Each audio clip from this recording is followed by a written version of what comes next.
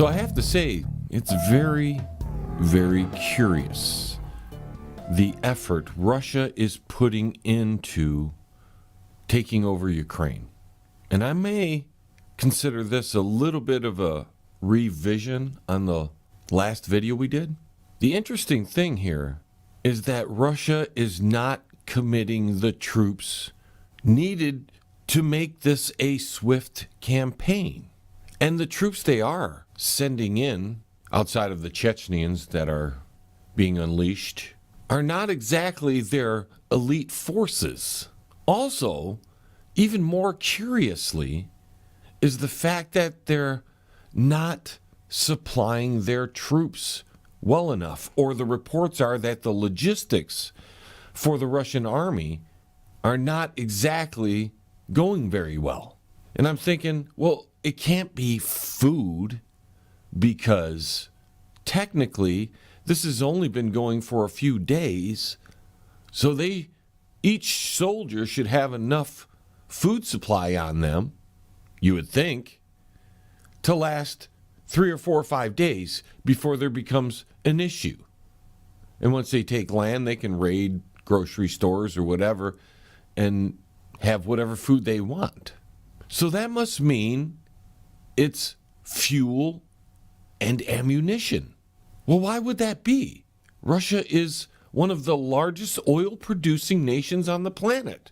Countries have been trying to stay out of fighting Russia because they get a large supply of their energy from them.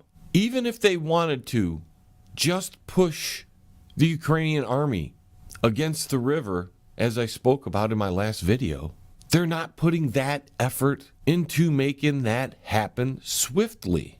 And just crafting a theory here, but maybe they do consider Ukrainians Russians and they don't want to be forced into crushing them. Some of this early stuff was just to use up the weaponry, because you can already tell that the Ukraine is begging for more. The losses Russia has occurred in these early days of the campaign could be a way of dwindling down Ukrainian defenses. I don't know. It's very odd. It's not a typical strategic move if you're trying to decapitate a government. You want more of a shock and awe, and although the bombings or the missile strikes and the helicopter strikes have intensified a bit, Russia doesn't seem to be too interested in advancing all that far into the Ukraine, or at least there's no urgency for it. In the south region, they're up against that waterway and they're pushing a little further, but that could be just to eliminate the Ukrainian troops. On the eastern front, it's about the same. There's been not much progress, and they still have plenty of unused brigades and battalions that are sitting doing nothing in Russia. That's the same with the northeast part of Ukraine. And as I mentioned in the prior video, there is a huge gap being created in that northeastern part of the Ukraine, which could allow the troops that have been sitting in Belarus and in Russia on the border there to enter much easier. But the fact that there's no real headway and Russia is having logistics problems makes me feel like maybe they're not fully committed to a Ukrainian invasion per se. And maybe this is some sort of distraction because everybody has now started focusing on it.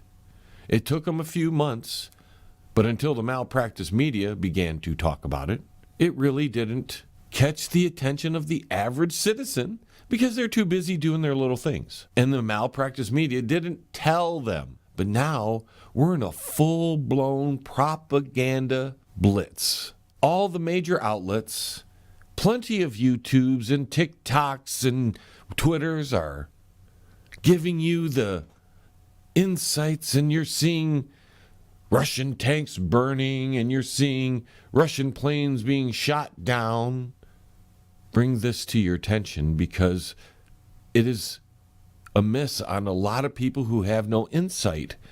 Russia's not using their higher end weaponry that would literally differentiate the weaponry from the Ukrainians. Being that one time Ukraine was part of the Soviet Union and they were actually considered Little Russia. The weaponry that was acquired over the transfers of power and the breaking up of the Soviet Union is the same, very same weaponry that the Russians had at the time and are still using. Outside of the Western powers who have funneled in all these other weapons, the Ukrainian tank is the very same tank as the Russian tanks. So when the media shows you what they say is a Russian tank burning or a plane is shot down, just remember in the back of your mind that the Ukraine and Russia have pretty much the very same units. So a supposed Russian plane that's being shot down could possibly be a Ukrainian plane that was shot down or a Ukrainian helicopter being shot down. And how would you know the difference? Well, there's markings that the Russian army is using. So unless you see some of those markings on those vehicles that are burning or destroyed, you may want to call into question if it's really Russian. Now, if it is Russia taking these severe losses because they're nonchalantly walking into this country, they're not using overwhelming force. They don't even have air superiority. Think about that. All the high tech, they've got fighters that are tank killers, that are just as good as some of our top line fighters. Why aren't they using them? They have amassed so many troops near the northeastern border of the Ukraine, and they are still not using them. Then we've seen the videos of the ICBMs being moved about in Moscow, supposedly heading west. Putin just the other day warned Finland and Sweden to not join NATO. You see, that's his problem, ladies and gentlemen. He's feeling boxed in. And he has seen how NATO and the American government has treated other countries when they've boxed them in. What also is interesting and makes more sense now why we left Afghanistan the way we did. They were just moving forces to deal with the Russian issue that all sides want. Nobody is attempting to avert a war here. Everybody has their rhetoric. You're hearing Russia say, don't do this, and then the West does it. If you do this, you're going to piss me off, Putin says. So Joe Petto and NATO do exactly what Vlad told them not to do. And am I saying appease Vlad? No, I'm not. But don't provoke Vlad either. Some of the requests that supposedly have been made by him, I can't speak Russian, I don't know if things have been translated properly. No, I can talk with a little bit of Russian accent, but I don't think that's going to work if the Russians show up in my town, you know? I'll be like, hey, good morning, I'm Russian, yes. No. And they'd be like, da. That's all I'm going to say is da, нет. Da, net. I sound good that way.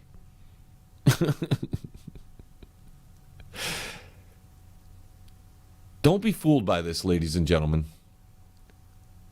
Whatever the Ukraine is, it's definitely not how it's being advertised. Russia's incursion, I don't know if it's a full-blown invasion. Outside of the southern part near Crimea there, where they've made some pretty good headway, they've just pushed the border back, technically. That's how I see it right now. They've pushed their border in a little bit into Ukrainian territory. And may I remind you, ladies and gentlemen, we have recent evidence that every single government on the face of the earth works together. And maybe, just maybe, what is happening inside the Ukraine is just another part of that. Obviously, whatever NATO and the United States is doing, it's encouraging these actions. by their actions. And their actions to diffuse this have been less than adequate, to say the least. And the rhetoric from both sides have been pushing for escalation.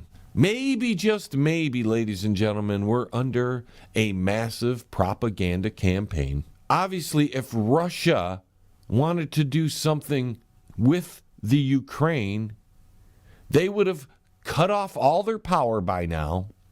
They would have decimated any areas of resistance. They have the capabilities to do that. Now, if you don't mind, I'm going to show you a quick video. This comes from Radio Free Europe, Radio Liberty. What's interesting, ladies and gentlemen, you're going to see that a camera is perfectly set up to see a missile strike, perfectly angled to see a missile strike on a building at the perfect time, as if it knew exactly where to point the camera.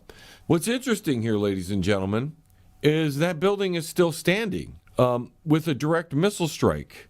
We don't know who shot the missile. We don't know what was in this apartment building besides people who lived in an apartment. What's odd, though, ladies and gentlemen, is to this day, after a missile struck this building, it's still standing. So I'm wondering if the Ukrainian engineers are just better than the American engineers, because the World Trade Center came crumbling down in its own footprint.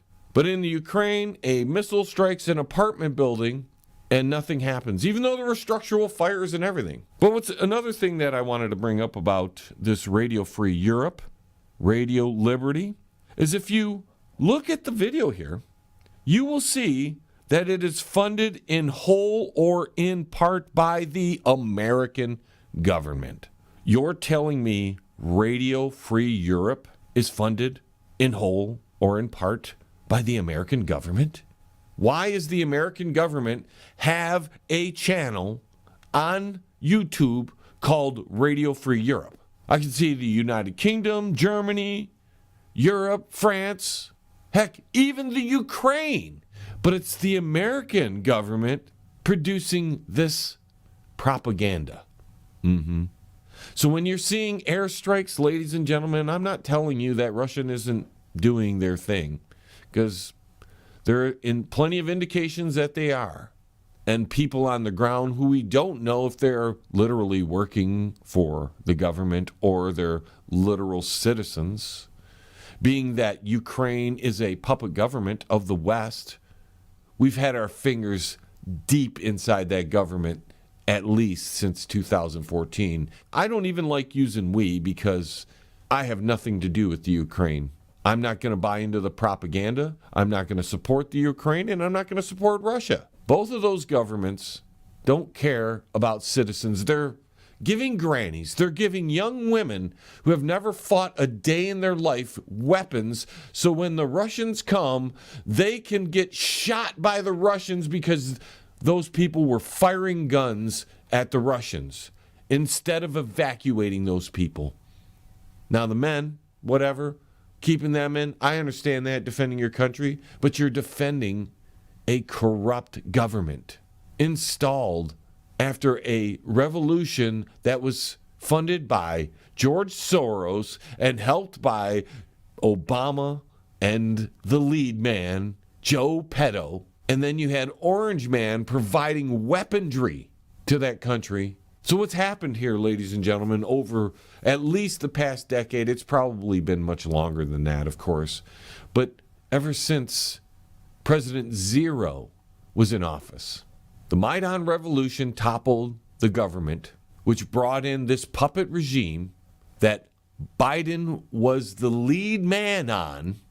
Plenty of evidence. Any of you people who are the Orange Man supporters and who were watching when the whole election fiasco was happening and all that other stuff will remember Glenn Beck talking to you and showing you all the evidence with Giuliani and everything of the shenanigans going on inside the Ukraine from the Joe Petto crime syndicate, President Zero, and George Soros.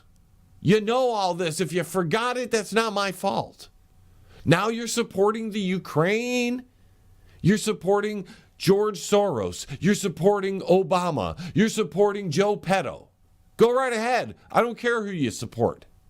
But this all came about because of them. Putin is reacting to their moves. Listen, I don't believe in appeasing anybody. Every government on the world should mind their own business. It's funny how the people are getting mad, upset about how brutally the Russians are handling their protesters, but my goodness gracious, it's okay when Canada or Australia does it, isn't it? All these things are happening in the Western countries, and they're distracting you, and the indications are that Russia isn't fully committed to what's going on here, at least as of yet.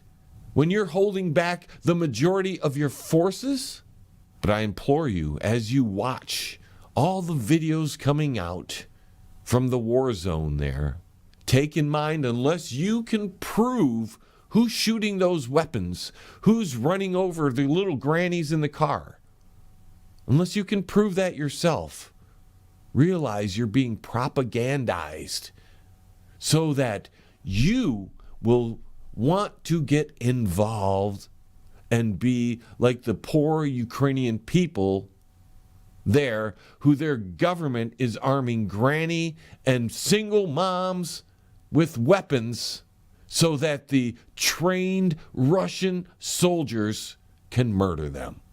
Because if the trained Russian soldier can't discriminate between just the civilian, which there are videos showing that the Russians have tried to avoid some of the casualties. There have been people standing in front of Jeeps and cars, and they could have just ran them right over, and they drove around them. Now, I don't think the average Russian soldier wants to hurt any of these people as much as they're just following orders. Like I said some videos ago, I wish all the soldiers would stop fighting for these corrupt governments and go take care of business and talk to the people who are telling them to go murder people for no reason outside of some kind of power-hungry situation. Because Putin's power-hungry, and Joe Petto's power-hungry, NATO's power-hungry, and while all this is happening, China's doing their thing. The Middle East is ramping up some stuff. I mean, have you paid attention to what's going on in Korea? They're on high alert too. All these leaders are players in the game, and you're just the pawns, ladies and gentlemen, even if it's just for your public opinion, so you can push your governments into doing something, taking action. The Hegelian dialectic, as we told you 2 years ago, is in full effect. And let me remind you about Rahm Emanuel. This is the guy who let the secret out. Never let a good crisis go to waste. Even if that crisis was manufactured, don't let it go to waste. Use it to your advantage. And that is exactly what is happening right now, ladies and gentlemen. And I hope you're not falling for this. And I hope what you're doing is preparing for what might possibly come in the future. We don't know. But when you get the two world superpowers with so many nukes that they could rain hell on the planet just by a simple misunderstanding, mistake, provocation, the best you can do is get yourself and your family ready for whatever they're going to do. And I hope you're not picking sides, because the real problem is the head of the snake, the Hydra that leads practically every country on the face of the earth. You want to stop war? Stop putting these kind of people in power. We'll never do it, because one side thinks the Republicans are bad and you got to have Democrats, and the other side thinks the Democrats are bad and you've got to have Republicans, when they don't know you need two wings to fly the bird. And the bird is going to fly wherever those two wings take you. When they need to make a left turn, they go this way. When they need to make a right turn, they go this way, but they keep flying it. On a side note, before we get on out of here, I was curious the other day because I'm a Star Trek fan. So I went to look up when they said the Third World War would happen, and that was 2026. Thanks for listening again, ladies and gentlemen. We'll report more. This really wasn't a report, more than a rant, maybe to slap some of you in the face to remind you that you can't believe this, what's going on because you're not there, and the people that are there or that are providing the videos. Remember, ladies and gentlemen, this is a war zone. If Russia wanted to, they could cut off the energy to that country, and they haven't. They could cut off communications to that country, and they haven't. Just remember that. Thanks for listening. We'll talk to you soon. Bye.